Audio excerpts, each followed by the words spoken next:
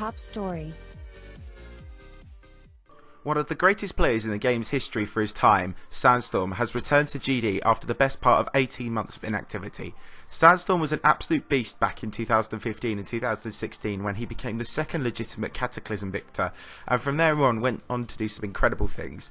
He was only the third to beat Ice Carbon Diablo X, a Gaiden 60Hz, and was first to beat the Hell Factory by Team N2, something not even Serve could do for several months more. Sandstorm had plans to beat many of the top 10 extreme demons back in early 2016, ending with Bloodbath. He was leading the race at 1.2 with 44%.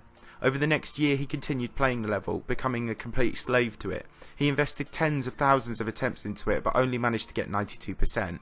Well, in the last few days he's returned using the FPS bypass, a controversial tool in GD at the moment, and he beat Bloodbath within 30 minutes, ending over 2 years of stressful commitment to the level. He hasn't stopped there either. With a fresh lease of life and huge new gameplay advantage that he's always been restricted from, he has big plans to tick off several other top 50 and top 20 extreme demons over the coming days. He beat Infernal Abyss only a day after, and now plans to complete Athanatos, something he had plans to beat when it was number 1. Whether or not the FPS bypass debate will receive some fresh ignition, thanks to this legend of the game returning and prevailing from it so much, remains to be seen, but for now we can be glad of his return and excited to see what he will do from here on out. If he continues his activity, all eyes will be on him, and he could return to the hugely respected player position he once held. Go and check out his channel and give him a sub, as you won't want to miss what he has in store. Also in the news. Almost everyone knows this now, but come on, I couldn't not include it. Last week, Bloodlust, one of the most famous upcoming levels of all time, was verified by Knobbelboy after nearly a year and a half and 120,000 attempts, and it was featured immediately, shooting straight to number 1 on the Demons list. It came off the back of a drama with Krazen and quite a lot of controversy over the time taken.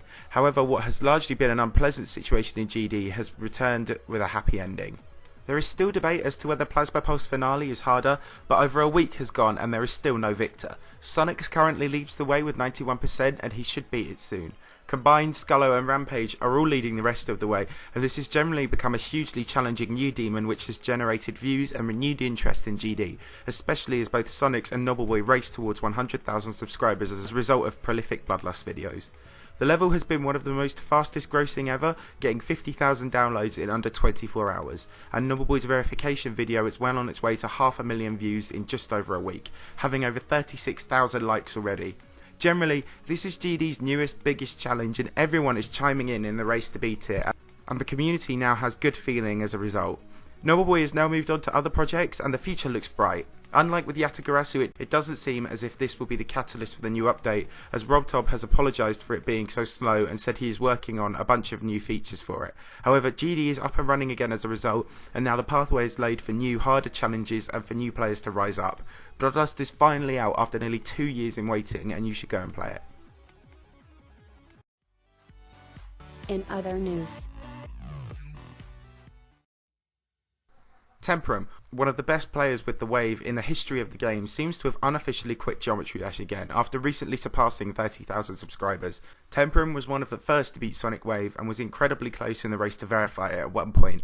Since then he has transitioned into a top all-round player who slayed many of the biggest and hardest demons in the game, subsequently climbing up the player stats leaderboard over the 2.1 update. While he has become interchangeable with not following through on every quitting he's ever attempted, it does now seem that he plans to continue YouTube but as a Dead by Daylight streamer. He has changed his name on YouTube to That Jake, not really sure who Jake is though considering his name is not Jake, and has privated all his videos. He has unofficially elaborated on what happened. Basically he finds GD grueling and boring to play, which is understandable after playing it for so long. He will be leaving behind the new level, Antares, a largely timing level that was set to be the number 1 demon, and also his remake of Silent Circles.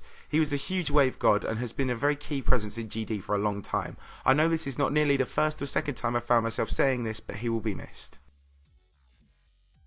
Old GD parody YouTuber STARxd has finally verified a project he's been working on for months. No Time is his own level that was meant to be a stretch for his ability and a well decorated level. He had been playing, building and mulling over it for a long time, but when 2.1 was released he planned to stop playing GD and gave it to Rampage. Many people shortlisted to verify it dropped it, and Star has become an excellent player in the last year and so took it upon himself. He wanted it to placed on the list, and so has been super buffing it recently.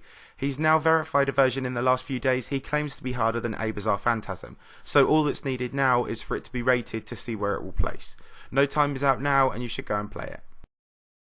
Pacosky 18, the best mobile player of all time in GD, has stepped down in what is set to be a hugely significant turning point for Geometry Dash on mobile.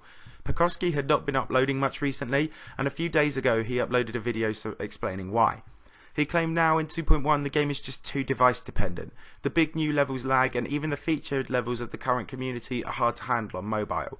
This was evident when he was playing Retention on an undecorated copy, and generally for the last year he's been having to verify his own versions of demons he wanted to beat with low detail mode. Now, the game's best mobile player is leaving the community for the foreseeable future and plans to upload some other games. This is a big rising problem in GD, and I warned you all it would happen, didn't I? You all called me crazy and pessimistic, but I told you this would happen. This is a huge loss to the community, and Pacosky will be missed for the time he's gone. Upcoming level news. GD's latest new favourite upcoming extreme demon, Innards, is having good progress made, and there's now plans for an extension. Innards doesn't look that hard on first viewing, but the flying wave and dual parts are bordering on the impossible, and not even End Level was able to make a complete practice run. Since he recently released a run on the full version, thanks to the spike in popularity it received, it says he will now dedicate himself to the level with all other projects being pushed aside. He'll be streaming daily, and he plans to try and make runs on the harder half of the level. Also, the creator Kato is working on an extension which will be factored into the level very soon. Hopefully it isn't too extreme, making the level impossible, as this is already one of the hardest things ever made, and progress is coming along nicely. Knobbelboy has gone straight into his next verification project after completing Bloodlust by showcasing Singularity, an upcoming purple extreme demon by Bionox and Eclipsed. This level will be Knobbelboy's main project while he continues to work on God Eater, as he continues building the art to complement the level. Singularity looks incredibly interesting. The song is original and the gameplay and design is very unique. There's not a lot of levels we've seen like this, and so it will be super interesting to see where the project goes from here. The level isn't that long, so hopefully we can see it soon, as Knobbelboy has said it isn't as hard as Bloodlust.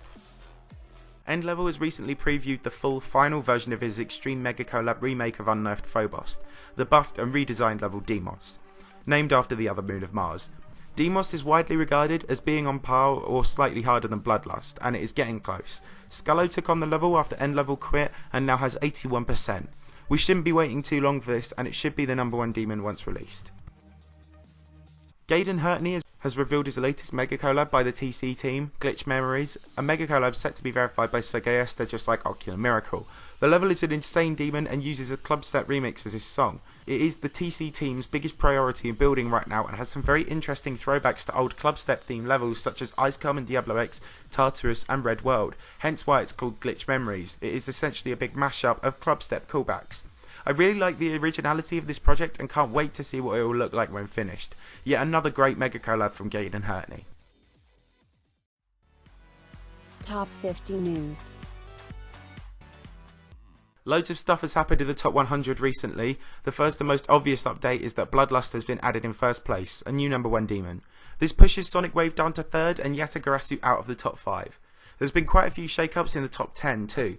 Devil Vortex has been raised yet again to above Artificial Ascent and Stalemate Redux into 8th place. Zafkill remains in 7th, but Stalemate Redux has been dropped below it into 9th. Digital Descent has also been dropped yet again. The update, which started life as 1 place behind Yatagarasu, now sits outside of the top 10, a mere 1 place above its prequel Artificial Ascent in 11th. Step to Hell has been raised, something the list moderators planned to do since the day it was added. It now sits in 13th, 1 place behind Artificial Ascent. Demonicat now sits in 14th, 1 place ahead of Bausha Vortex. Further down the list, Aftermath and Plasma Pulse 3 have had their places swapped, with Aftermath now prevailing. Niflheim has returned to the top 50, being swapped with Breakout, a demon that started life at 5th place, now out of the top 50 altogether. Fexty has been dropped again, now down to 49th. Panasonic, a level that sat in the lower ranks of the bottom 50, has now been moved onto the legacy list on account of a hack update. Currently, the 6 entries between places 28 and 33 are up for discussion, being Bloodbath through to the Hell Zone. This means Phobos, Athanatos, Carnage Mode and Infernal Abyss could all be switched around in the coming days. As for the stats viewer, Sonics is still leading in 1st place, and Diamond Splash is still in 3rd ahead of the inactive Wuxi. Sagayesta now sits in 5th, and Temporum now sits in 6th, although on account of his recent quitting we may not see any more progression from him.